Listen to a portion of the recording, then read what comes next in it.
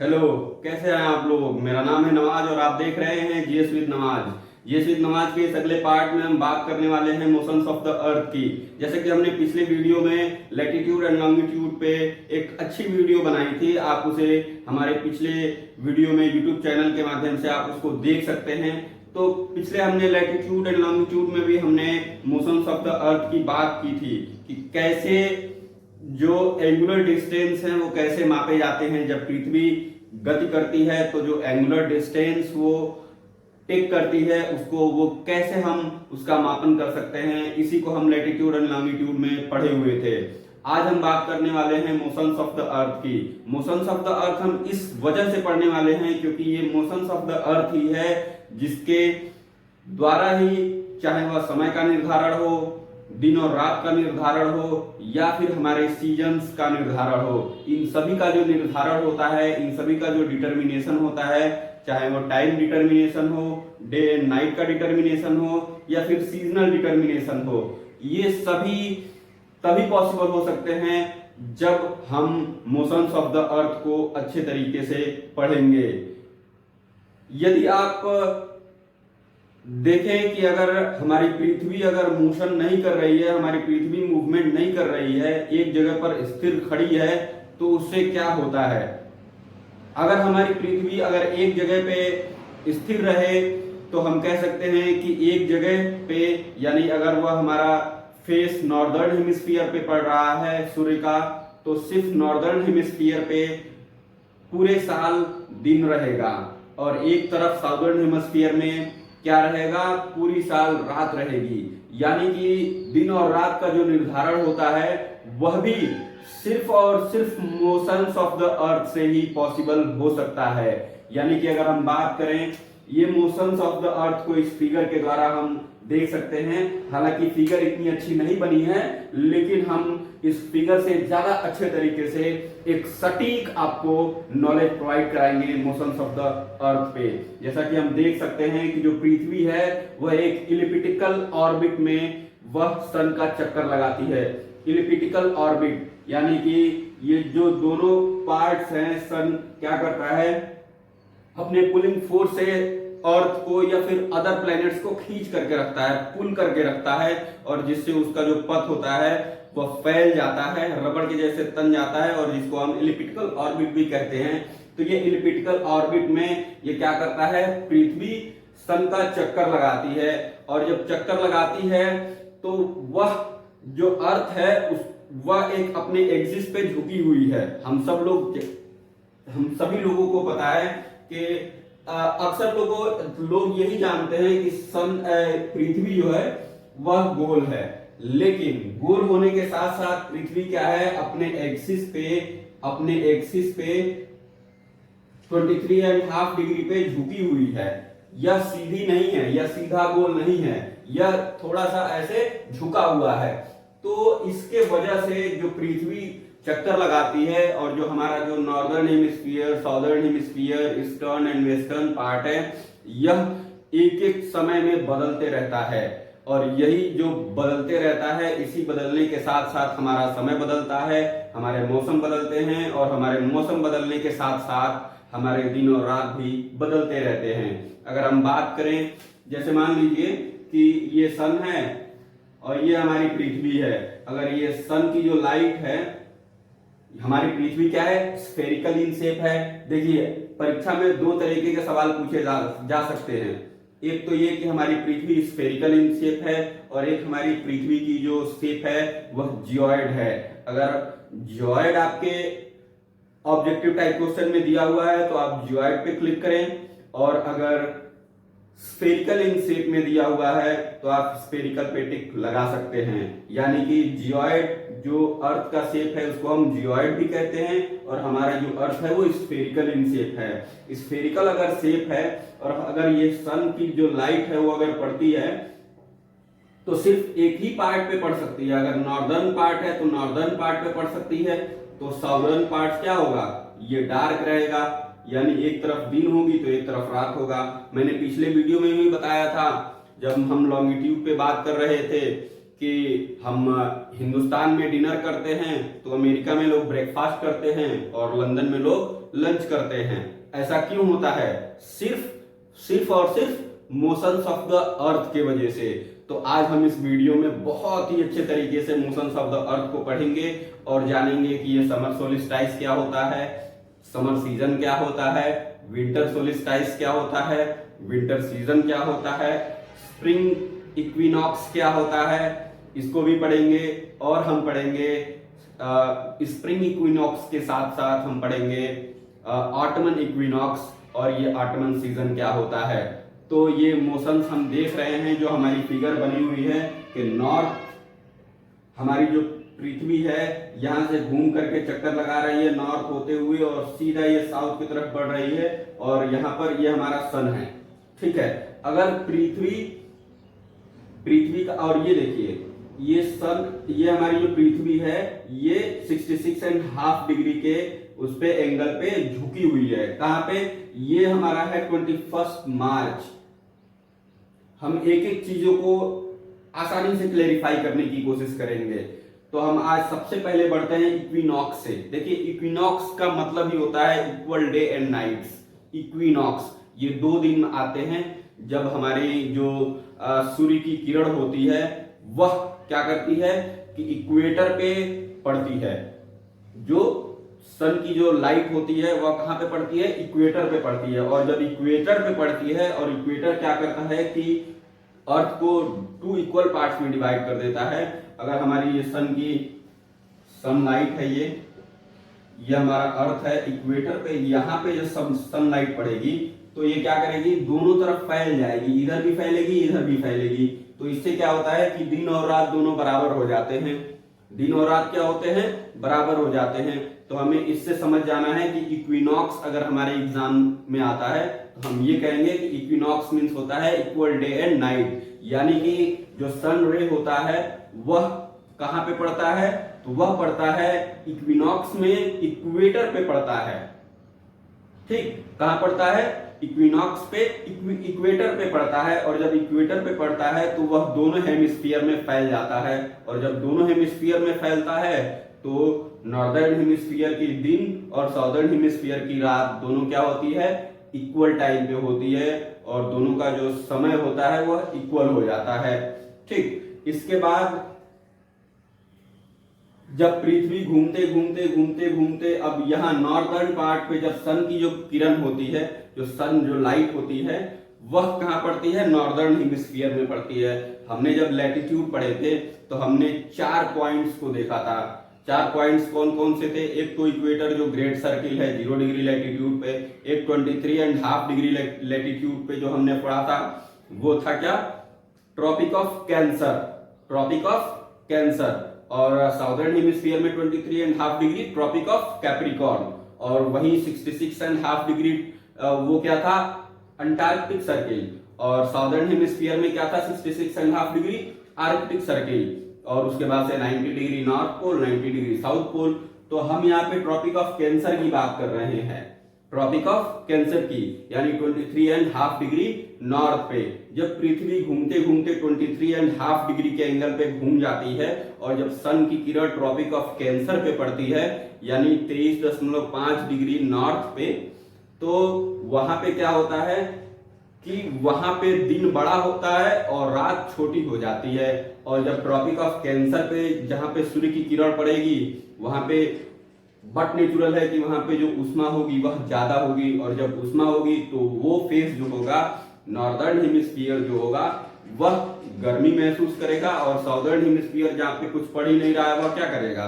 वहां पे ठंडी महसूस होगी। यानी कि नॉर्दर्न हेमिस्फीयर में जब 23.5 डिग्री पे सनलाइट जब पड़ती है तो वहां पे गर्मी का मौसम होता है। और गर्मी का मौसम होने के साथ साथ साउदर्न हेमिस्फीयर में ठंडी का मौसम हो जाता है।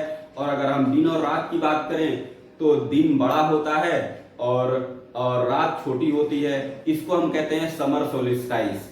समर सोलिस्टाइस, समर सोलिस्टाइस क्या होता है?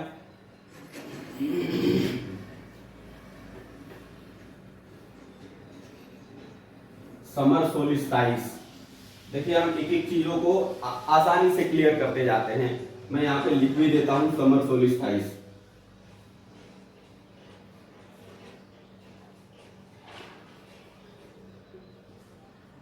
समर सोलिस्टाइस, जो कब आता है 21 जून को। कब आता है 21 जून को। जब समर सोलिस्टाइस आता है तो क्या होता है कि हमारी पृथ्वी जो 23.5 डिग्री पे झुकी हुई है, ये हमारा सन है। अब ये सन क्या करता है, जो सन की रोशनी पड़ती है वह नॉर्दर्न हेमिस्फीयर में पड़ती है।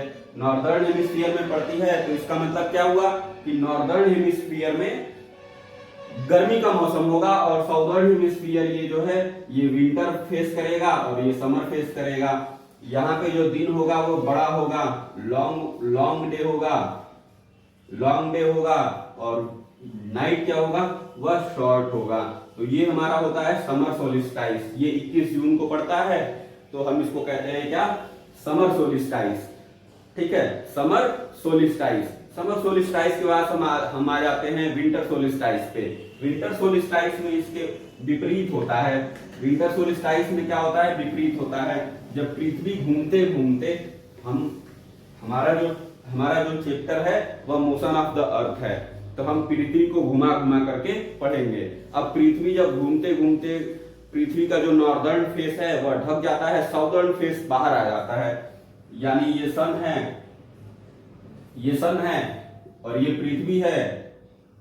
पहले पृथ्वी घूमते घूमते साउदर्न फेस को ढक देती और नॉर्दर्न फेस दिख रहा था। अब इसमें नॉर्दर्न फेस ढक जाएगा, साउदर्न फेस दिखेगा। ये साउदर्न हेमिस्फीयर है, ये नॉर्दर्न हेमिस्फीयर है। तो ये कब पड़ेगा, ये पड़ेगा हमारा ठंडी के मौसम में। ठंडी के मौसम में यानी कि जो विंटर सोलिस्टाइस है, विंटर सोलिस्टाइस ये हमारा आता है 22 दिसंबर को। विंटर सोलिस्टाइस कब आता है, 22 दिसंबर। विंटर सोलिस्टाइस 22nd ऑफ दिसंबर, ये विंटर सोलिस्टाइस होता है। विंटर सोलिस्टाइस में क्या होता है कि यहाँ पे जो सन है, सन की जो लाइट पड़ती है वो साउदर्न हेमिस्फीयर में पड़ती है। तो साउदर्न हेमिस्फीयर क्या करता है कि समर महसूस करता है। यानी कि जब साउदर्न हेमिस्फीयर में जब सन की किरण पड़ेगी तो यहाँ पे समर सीजन होगा, समर सीजन। और नॉर्दर्न हेमिस्फीयर जो ढक चुका है यहाँ पे विंटर सीजन होगा, विंटर सीजन होगा। और अब इसमें चूंकि ये क्या है, साउदर्न हेमिस्फीयर का सोलिस्टाइस है यानी विंटर सोलिस्टाइस है, तो विंटर सोलिस्टाइस में क्या होगा कि यहाँ पे दिन बड़े होंगे और रात छोटी होगी। दिन बड़े होंगे कहाँ पे, साउदर्न हेमिस्फीयर के दिन बड़े होंगे और नॉर्दर्न हेमिस्फीयर के रात छोटे होंगे। यानी कि हम कह सकते हैं कि समर सोलिस्टाइस जो पड़ रहा था उसमें नॉर्दर्न हेमिस्फीयर में गर्मी पड़ेगी और साउदर्न हेमिस्फीयर में ठंडी पड़ेगी। और नॉर्दर्न हेमिस्फीयर के जो दिन होंगे बड़े होंगे, साउदर्न हेमिस्फीयर की जो रात होगी वह छोटी होगी। और वही हम अगर विंटर सोलिस्टाइस की बात करें तो विंटर सोलिस्टाइस में जो साउदर्न हेमिस्फीयर में गर्मी पड़ेगी साउदर्न हेमिस्फीयर में, और नॉर्दर्न हेमिस्फीयर में ठंडी पड़ेगी। साउदर्न हेमिस्फीयर की जो दिन होगी बड़ी होगी और नॉर्दर्न हेमिस्फीयर की जो रात होगी वह छोटी होगी। अब हम आ जाते हैं इक्विनॉक्स पे।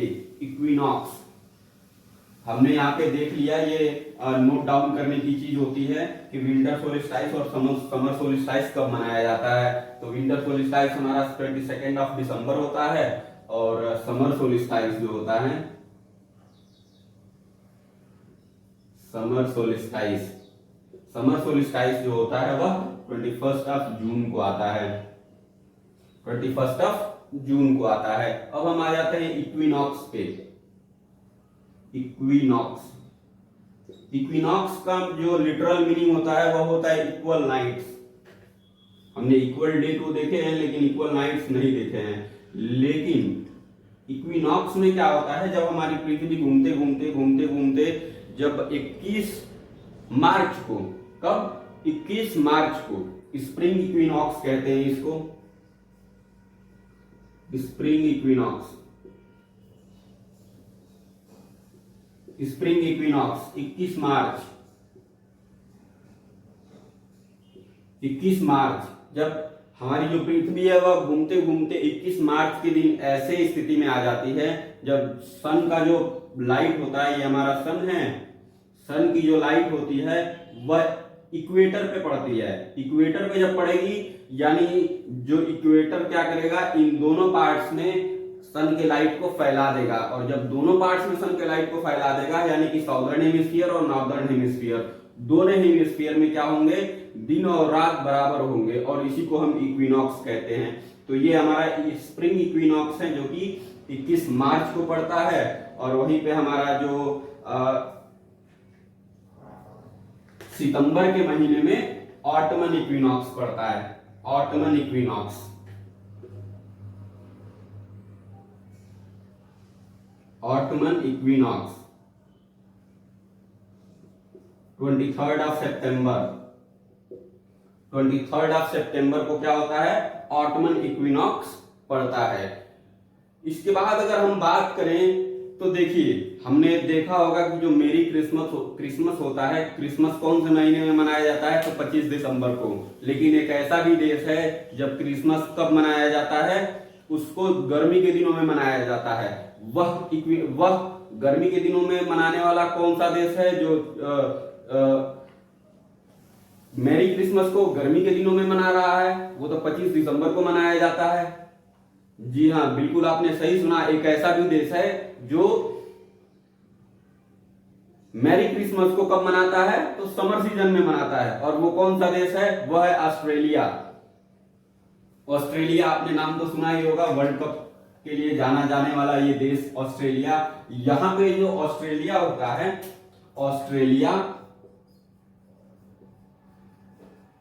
ऑस्ट्रेलिया एक ऐसा देश है जो क्रिसमस डे को समर सीजन में मनाता है।